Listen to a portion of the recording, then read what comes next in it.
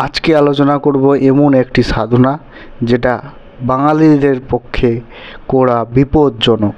বাঙালি অর্থাৎ আমাদের পক্ষে করা বিপজ্জনক। পঞ্চমুখী হনুমান সাধনা অর্থাৎ তার মন্ত্র জাপ কিংবা সাবার মন্ত্র, যে মন্ত্র দ্রুত কাজ করে, হিন্দিতেই থাকে কিন্তু মনে আসা মাত্রই কাজ করে যায়।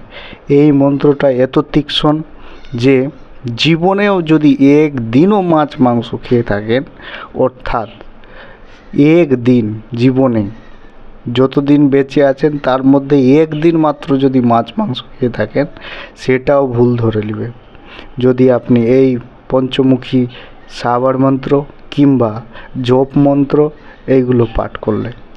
গা এতটাই জ্বলবে, জীবনেও সারা জীবন যতদিন বেঁচে আছেন অতদিন মনে রাখবেন কি গা জ্বলছিল। যদি বেঁচে থাকেন তবে, আর যদি মারা যায় তো আরও বিপদ। কারণ গা একদম আগুন তপ্ত হয়ে যায়, একদম আগুন তপ্ত, আগুনের মতো জ্বালা করে গা।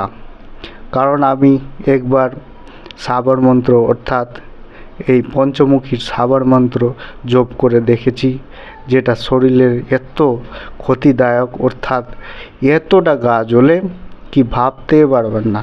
অর্থাৎ আমরা মাছ মাংস ডিম খাই, আমি হিন্দু কিন্তু বাঙালি, আমরা মাছ মাংস ডিম খাই এবং পঞ্চমুখী মন্ত্র যখনই জপ করেছি গা একদম জ্বালা করতে লেগেছে।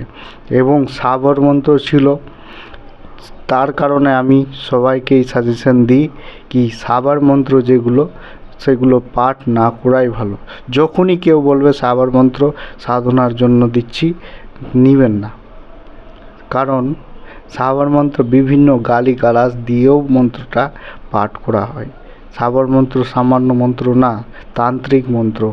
তান্ত্রিক অর্থাৎ হিন্দি ভাষায় যে তান্ত্রিক রয়েছে তারা নিজে থেকে এই মন্ত্র তৈরি করে, কিন্তু এতটাই তীক্ষ্ণ কাজ করে কি রাম বাবার হেনতেন বলে চালান মন্ত্র থাকে, যার জন্য খুব তীক্ষ্ণ কাজ করে।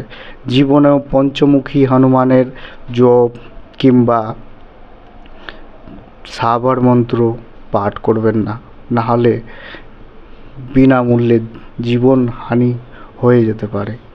অর্থাৎ আপনাকে কেউ বাঁচাতে পারবে না যদি গা জ্বলতে শুরু করে। জীবনে আমি এইভাবে দুর্ভাগ্যবশত আমি একজনের কথাতে জাপ করেছিলাম এবং আমি তার ক্ষতিগ্রস্তও হয়েছি। ধন্যবাদ, এটাই বলার ছিল।